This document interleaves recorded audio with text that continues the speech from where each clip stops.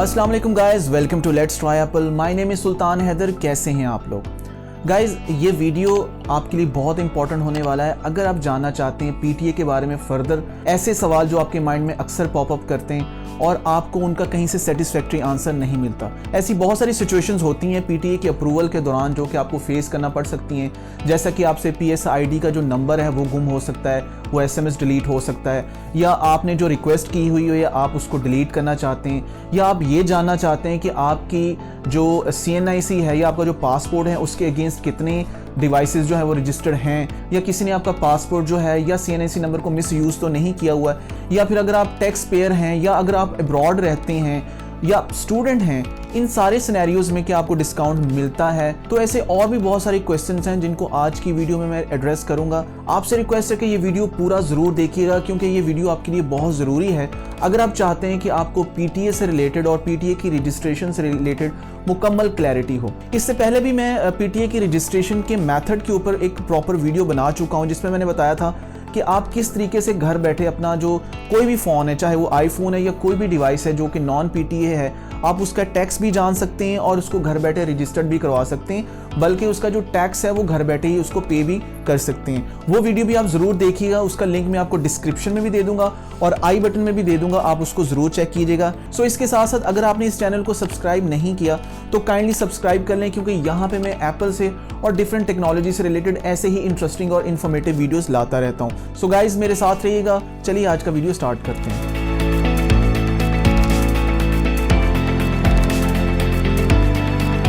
So guys अगला सवाल ये है कि अगर आप पाकिस्तान से बाहर रहते हैं और आप चाहते हैं कि आप किसी डिवाइस को अप्रूव करवाएं तो क्या पाकिस्तान से बाहर रहते हुए आप अप्रूव करवा सकते हैं? ऐसा पॉसिबल नहीं है, यानी पाकिस्तान से बाहर रहते हुए आप वेबसाइट को एक्सेस कर ही नहीं सकते। सो ज़रूरी है कि जो भी बंदा अप्लाई करना चाहता है पीटीए की रजिस्ट्रेशन के लिए वो पाकिस्तान में हो और वो पाकिस्तान में रहते हुए पाकिस्तान के नेटवर्क्स को यूज़ करते हुए रजिस्ट्रेशन को फाइल करे और इसके बाद ही वो इस प्रोसेस को एक्सेस कर सकता है। सो गाइज अगला क्वेश्चन ये है कि अगर आपने किसी पासपोर्ट पे अप्लाई किया है रजिस्ट्रेशन के लिए लेकिन आपको एसएमएस मौसूल होता है कि entered passport is not eligible for tax exemption. So इसका मतलब क्या है? सो ऐसे सिनेरियो में ये है कि वो जो पासपोर्ट आपने एंटर किया है उसकी 60 डेज़ की ट्रैवल हिस्ट्री नहीं है, यानी उसकी या तो हिस्ट्री एक्सपायर हो चुकी है या उसकी हिस्ट्री नहीं है। सो आप किसी ऐसे पासपोर्ट के ऊपर ही अप्लाई कर सकते हैं जिसकी 60 डेज़ की ट्रैवल हिस्ट्री हो, यानी कि रिसेंटली उस पासपोर्ट के ऊपर कोई भी पैसेंजर पाकिस्तान आया हो उसी के ऊपर आप अप्लाई कर सकते हैं। गाइज नेक्स्ट क्वेश्चन ये है कि अगर आपकी डिवाइस डुअल सिम डिवाइस है, उसमें 2 IMEIs हैं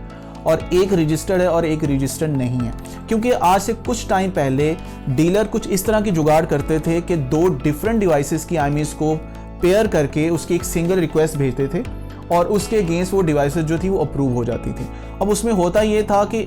दोनों डिवाइसेस में जो एक जो फिजिकल IMEIs होता था वो रजिस्टर्ड हो जाता था, जबकि उसके जो ई सिम वाला जो होता था डिजिटल IMEI जो होता वो रजिस्टर्ड नहीं होता था। और ये इसलिए होता था कि लोग ई सिम यूज़ नहीं करते थे। सो सिंगल जब सिम को अप्रूव करवाते थे तो उनको टैक्स कम पे करना पड़ता था, जो कि पीटीए ने सख्ती से इस चीज़ से मना किया है और कहा है कि अगर एक डिवाइस में 1, 2 या 3 IMEIs हैं तो वो सारी की सारी अप्रूव करवाना ज़रूरी है। सो ऐसे सिनेरियो में अगर आपके पास कोई ऐसी डिवाइस है जिसका एक IMEI रजिस्टर्ड है दूसरा नहीं है तो फिर क्या करें? सो ऐसे सिनेरियो में आपको उस डिवाइस के अगेंस्ट प्रॉपर दोबारा से रिक्वेस्ट भेजनी पड़ेगी और रिक्वेस्ट भेजने के बाद उसका जितना भी टैक्स आपको एसएमएस में मौसूल होगा आपको वो टैक्स पे करना पड़ेगा। देन आपकी वो जो डिवाइस है वो उसकी जो दोनों IMEIs हैं वो अप्रूव्ड होंगी, वो फुली कंप्लाइंट होगी और उस सिचुएशन में जो पहला जो रजिस्ट्रेशन का जो स्टेटस है वो उसका डी रजिस्टर्ड हो जाएगा, यानी वो रजिस्ट्रेशन से हट जाएगा और जो भी टैक्स कैलकुलेट करेगा वो पीटीए पे डिपेंड करता है वो कितना टैक्स आपके ऊपर लागू करता है, वो टैक्स आपको पे करना पड़ेगा और उसके बाद आपकी जो डिवाइस होगी वो फुली कंप्लाइंट हो जाएगी। गाइस नेक्स्ट क्वेश्चन बहुत इंपॉर्टेंट है, यानी अगर आपने अप्लाई किया अपनी डिवाइस के लिए और गलती से आपने गलत IMEI लिख दिया, यानी कोई नंबर या कोई ऐसा डिजिट या कुछ भी ऐसी गलती कर दी जिसकी वजह से आपकी वो रिक्वेस्ट चली गई, अब आप इस चीज़ को कैसे ठीक कर सकते हैं? सो हम इस सिचुएशन को 2 हिस्सों में कैटेगराइज कर लेते हैं। सो पहला सिनेरियो ये है कि आपने रिक्वेस्ट भेजी और उसके बाद आपको एसएमएस आ गया जिसमें आपको बोला गया है कि आप टैक्स पे कर दें और आपने टैक्स पे नहीं किया भी और आपको पहले ही पता चल गया कि आपका जो IMEI था वो गलत है जिसके अगेंस्ट आपने रिक्वेस्ट भेजी थी, तो आप अपनी रिक्वेस्ट को कैंसिल कर दें। जो प्रोसेस मैंने आपको पहले मेथड बताया है पहले क्वेश्चन में, आप उसके ऊपर अमल करते हुए अपनी जो रिक्वेस्ट है उसको कैंसिल कर दें क्योंकि आपके पास 7 दिन का टाइम होता है पेमेंट पे करने के लिए। सेकंड ये है कि अगर आपने टैक्स पे कर दिया है और आपको बाद में पता चला कि आपने जो टैक्स पे किया है वो एक गलत आईएमई के अगेंस्ट कर दिया है जो कि आपका मतलूबा आईएमई नहीं था, देन आप ये कर सकते हैं कि आप पीटीए को रिक्वेस्ट कर सकते हैं और पीटीए की जो भी कंप्लेंट का सिस्टम है वहाँ पे उसको यूज़ करते हुए आप अप्लाई कर सकते हैं कि जी मैंने जो टैक्स पे किया है वो एक गलत आईएमई के अगेंस्ट कर दिया जो कि मेरा मतलूबा आईएमई नहीं है। सो काइंडली आप उसको कैंसिल करके मेरे इस आईएमई को रजिस्टर्ड कर दें। सो वो आपकी उस रिक्वायर्ड आईएमई को वेरिफिकेशन के बाद उसको रजिस्टर्ड कर देंगे, यानी आपका जो सही वाला आईएमई होगा वो रजिस्टर्ड हो जाएगा। गाइज नेक्स्ट क्वेश्चन ये है कि आपने किसी डिवाइस की रजिस्ट्रेशन के लिए अप्लाई किया और आपको बदले में एसएमएस मौसूल हुआ ट्रैकिंग आईडी का, पीएस आईडी का, लेकिन किसी भी वजह से वो दोनों इन्फॉर्मेशन जो है वो आपसे डिलीट हो गई हैं। अब आपने टैक्स पे करना है और आपके पास पीएसआईडी नंबर भी नहीं है, तो आप टैक्स कैसे पे करेंगे? सो सबसे पहला तरीका तो ये है कि अगर कोई इमरजेंसी नहीं है तो आप 7 दिन तक वेट कर लें। 7 दिन के बाद ऑटोमेटिकली आपकी जो रिक्वेस्ट होगी वो कैंसिल हो जाएगी और आप दोबारा से अप्लाई कर सकते हैं उस डिवाइस के अगेंस्ट। सो गाइज दूसरा मेथड ये है कि अगर आप वेट नहीं करना चाहते, आप चाहते हैं कि आपने फ़ौरन से टैक्स पे करना है,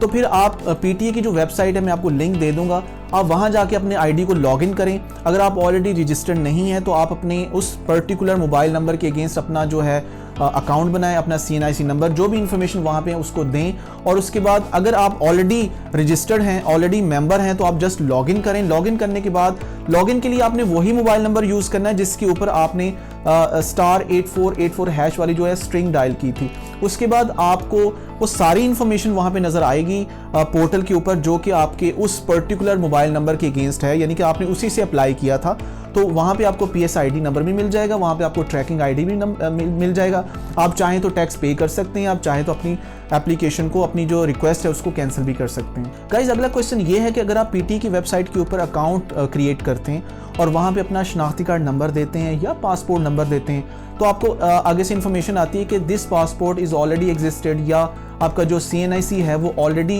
एग्जिस्ट करता है। तो ऐसी सिचुएशन में क्या करें? तो ऐसी सिचुएशन में 2 सिनेरियोज हो सकती हैं कि या तो आपने पहले अपना अकाउंट खुद ही क्रिएट किया था और अब आप उसको भूल चुके हैं, तो आप अपना जो पासवर्ड है उसको रिट्रीव कर लें, यानी आप अपना जो मोबाइल नंबर है उसको वहाँ पे इनपुट में डालें और उसके बाद आपके मोबाइल पे जो कोड आएगा वो वहाँ पे डाल के तो आप अपना जो पासवर्ड है उसको रीसेट कर सकते हैं। दूसरा सिनेरियो ये है कि आप पीटीए को कंप्लेन कर सकते हैं कि जो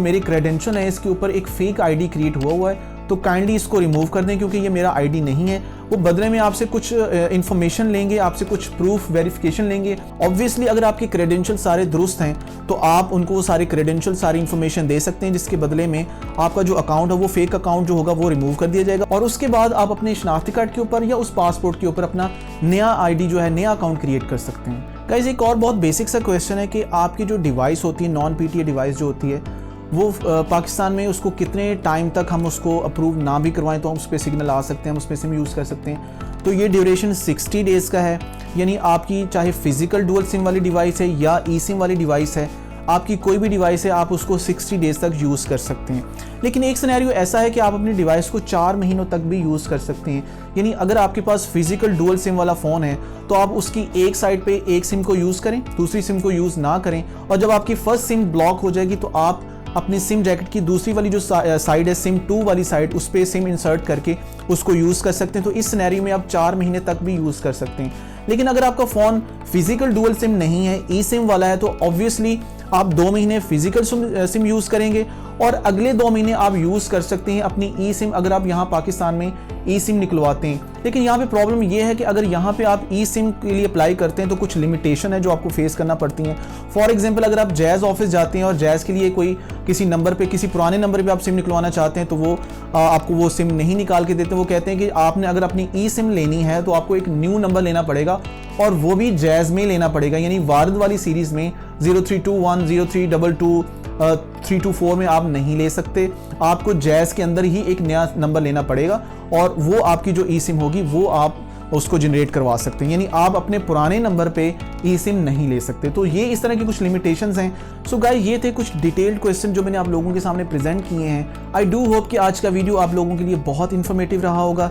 इसके अलावा भी अगर आपके जहन में कोई क्वेश्चन है, कोई बात है जो कि अभी तक मैं इस वीडियो में एड्रेस नहीं कर पाया, तो आप मुझे कमेंट सेक्शन में पूछ सकते हैं, या मेरे फेसबुक अकाउंट में आप मुझे पूछ सकते हैं, या मेरे इंस्टा के ऊपर मुझे मैसेज कर सकते हैं, मैं ज़रूर रिप्लाई करूंगा। वीडियो अच्छा लगा हो तो इसको लाइक ज़रूर कर दें और अपनी फैमिली और फ्रेंड्स के साथ शेयर भी कर दें, क्योंकि आज का वीडियो उन सब लोगों के लिए भी बहुत इंपॉर्टेंट है जो PTA की रजिस्ट्रेशन के बारे में सब कुछ जानना चाहते हैं। और इसके साथ साथ इस चैनल को सब्सक्राइब ज़रूर कर दें, क्योंकि आपकी सब्सक्रिप्शन मेरे लिए मोटिवेशन है। तो मिलते हैं इंशाल्लाह नेक्स्ट वीडियो में, तब तक के लिए मुझे दें इजाज़त। अल्लाह हाफिज़, पीस।